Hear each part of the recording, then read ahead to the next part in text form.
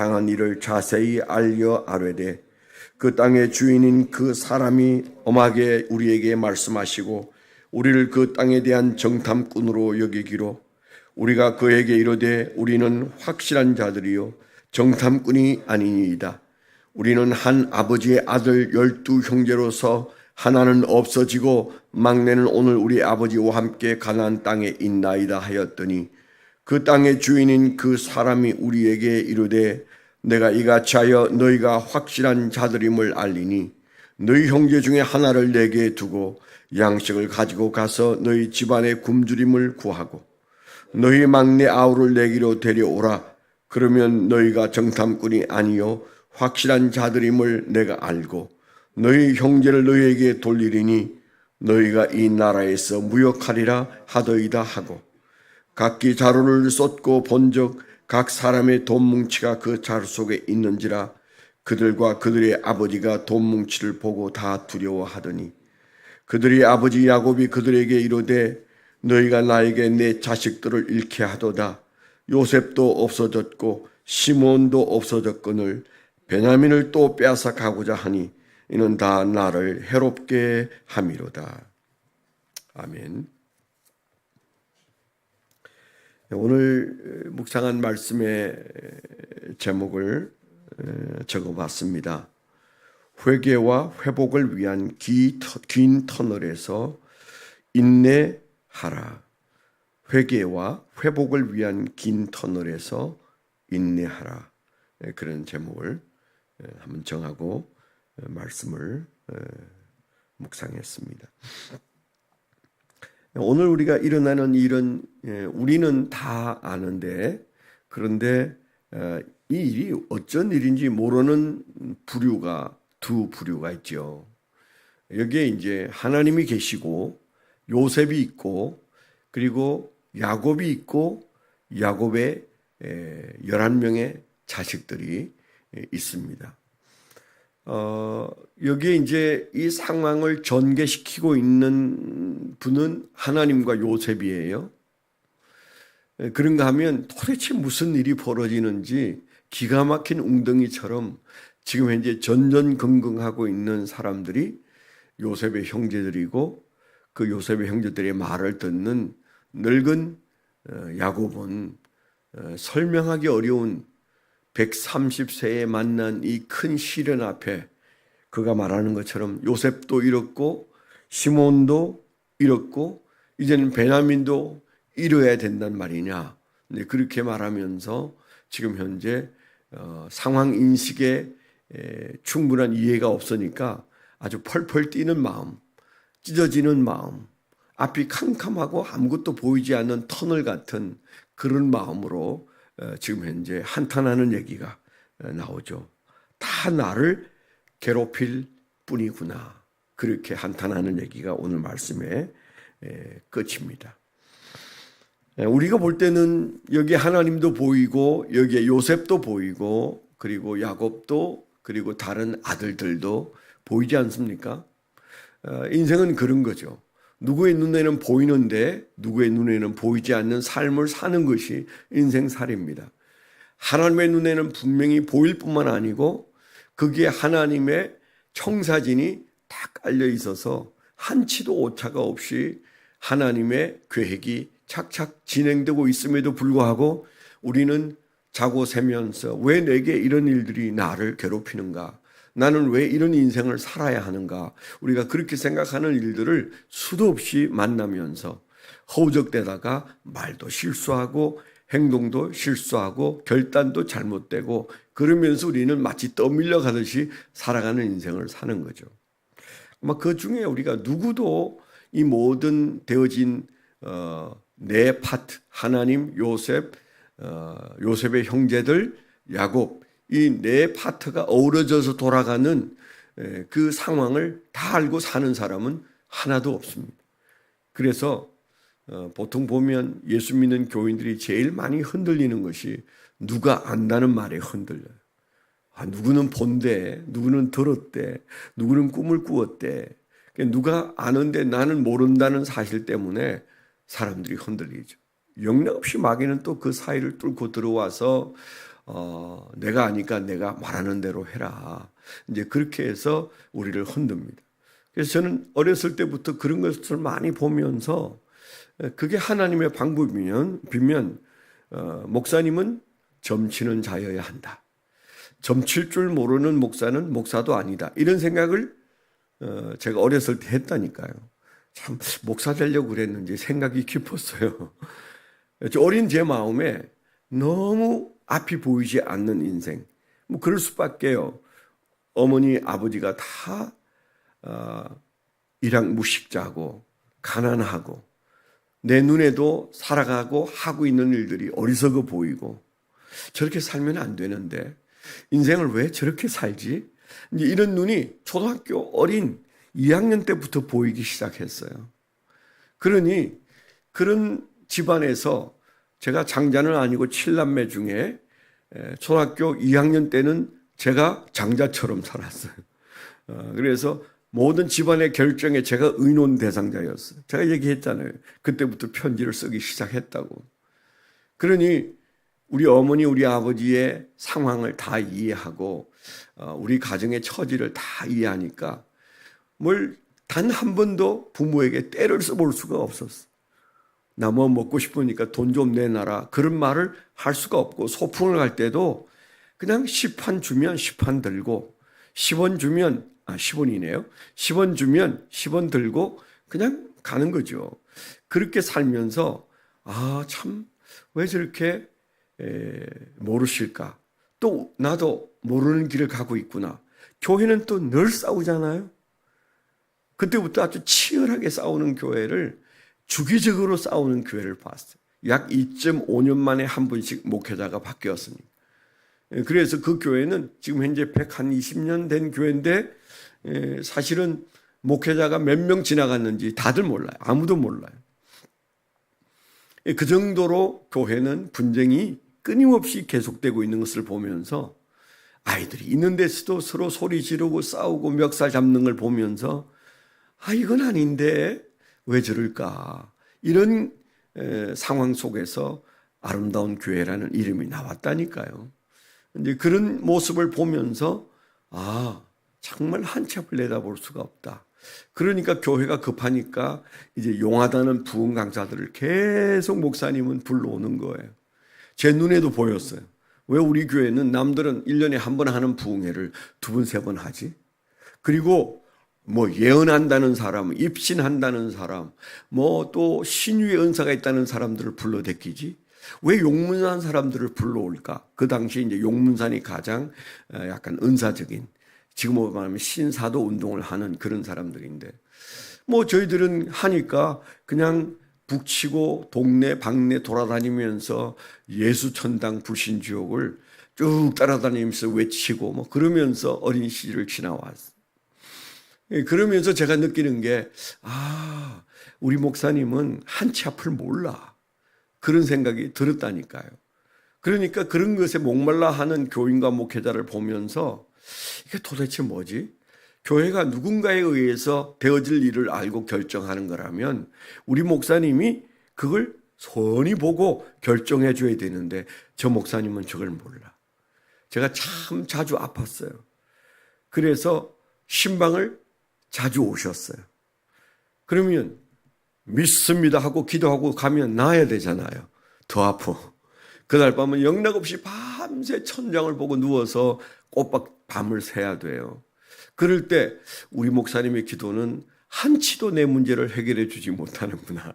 어린 마음에. 그러면서 자란 제가 목사가 됐다니까요.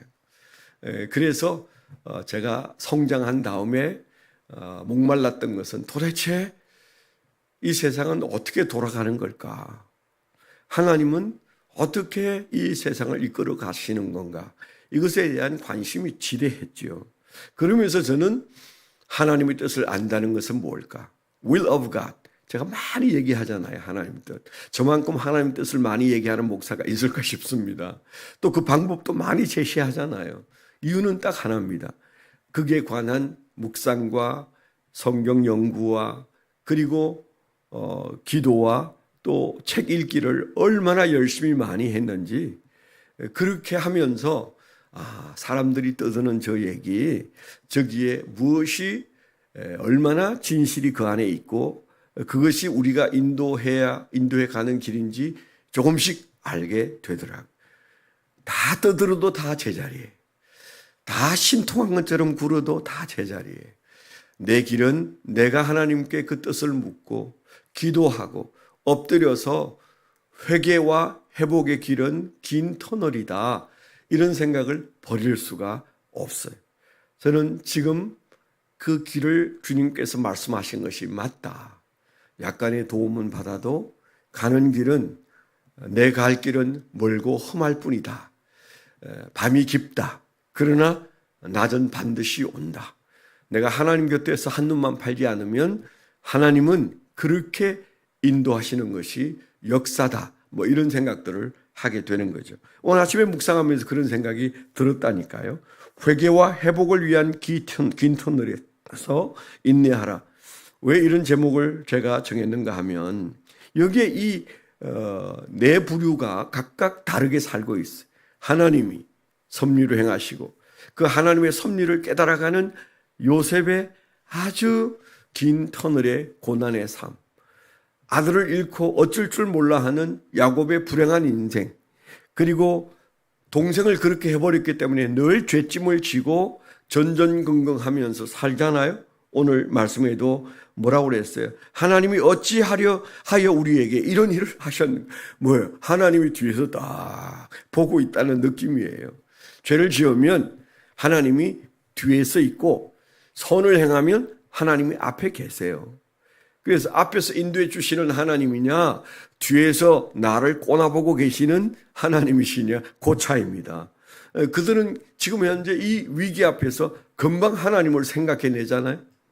하나님이 왜 어찌하여 우리에게 이런 일을 하셨는가? 그렇게 말하는 그들을 보시면 각각 조금씩 다른데, 그런데 둘로 나누어 본다면 하나님은 이 모든 일들을 계획하신 분이십니다. 요셉을 그런 상황 속에 있을 때 건져주지 않고 그를 애국까지 흘러 들어가게 하고 그 다음에 감옥 생활을 하는데 오랜 시간 동안 그는 말할 수 없는 고초를 겪으면서 암울한 삶을 살게 하는 것이 하나님이 그렇게 하신 것은 아니어도 하나님이 거기에서 그를 자유케 주지 않은 건 사실이잖아요. 하나님의 의도가 어느 정도 있었는지는 몰라요. 하나님이 너는 딱 이 감옥에 있어야 돼. 그렇게 하시지는 않았을 것 같습니다만은, 그러나 어쩐지 하나님은 그가 감옥에 있는 것까지도 용인하셨다. 그를 거기에서 건져주실 수 있는 분이신데 건져주시지 않았죠.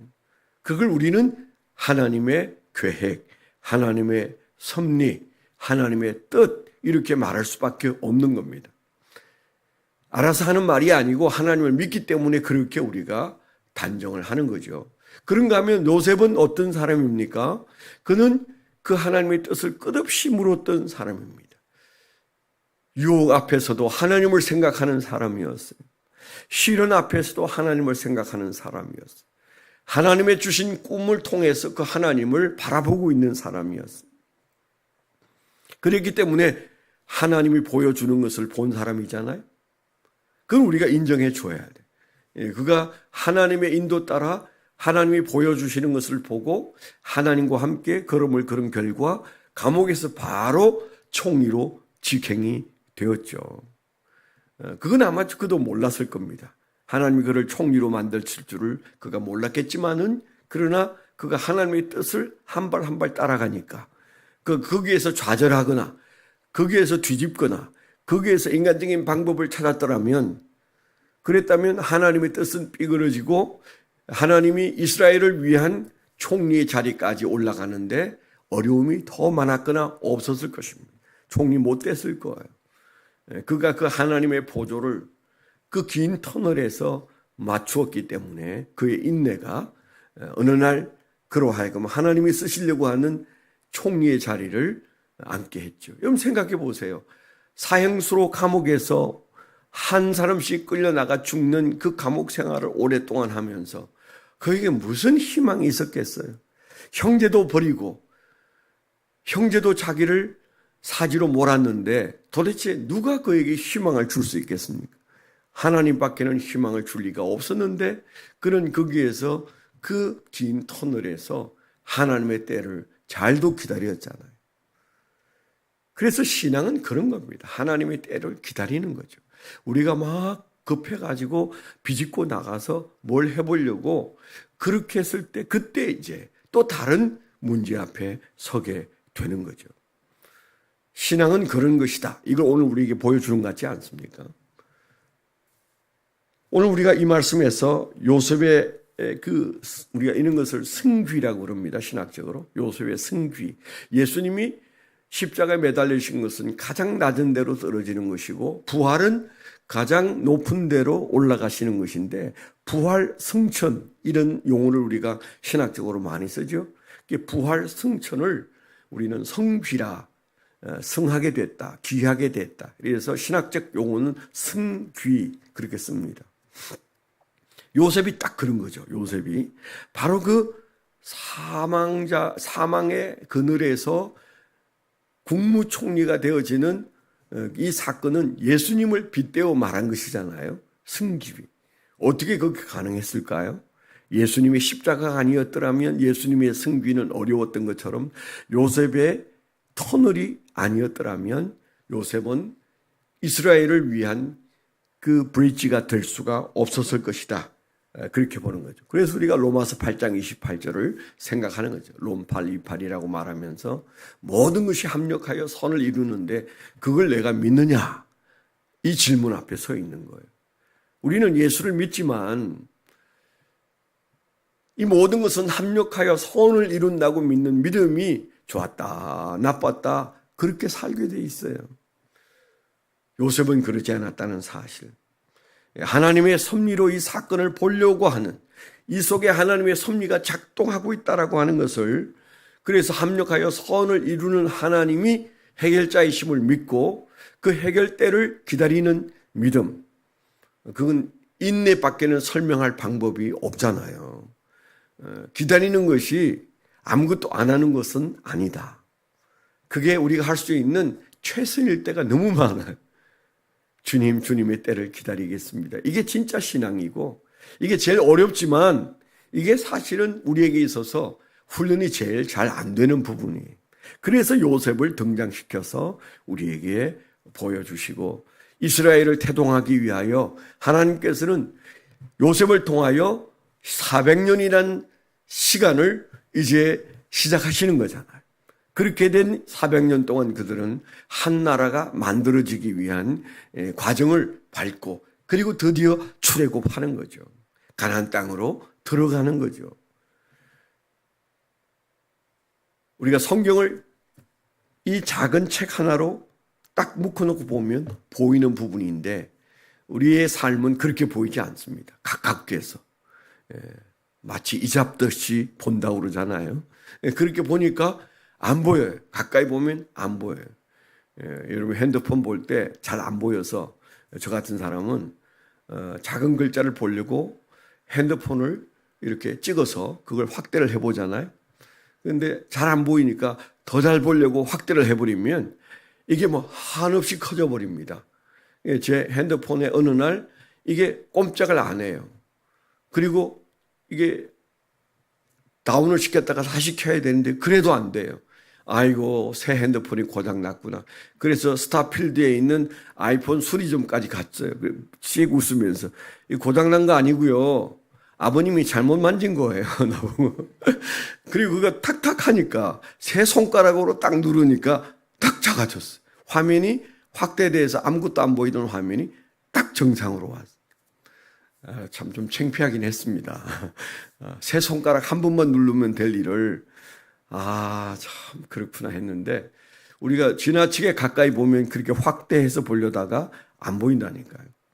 오늘 나는 적정한 거리에서 하나님의 섭리에 편성한 삶을 살고 있는가? 우리가 그런 마음을 가지고 저는 제 자신의 삶을, 여러분은 여러분의 삶을, 우리 교회의 삶을 보는 지혜가 넘치기를 축원합니다. 기도하겠습니다. 오늘도 우리가 동일한 기도 제목으로 여러분 기도하고 중보해 주시길 바랍니다. 하나님 아버지 감사합니다. 요셉이 하나님의 섭리 가운데 고난의 긴 터널을 잘 인내했기 때문에 회개의 과정도 회복의 과정도 온전히 이루었던 것처럼 우리 인생에서 주님이 기대하는 그 회개와 회복의 터널을 인내할 수 있는 종들이 되게 하여 주시옵소서. 오늘도 주님과 함께 승리하는 종들이 되게 하여 주옵소서. 예수 그리스도의 이름으로 감사하며 축원하며 기도하옵나이다. 아멘.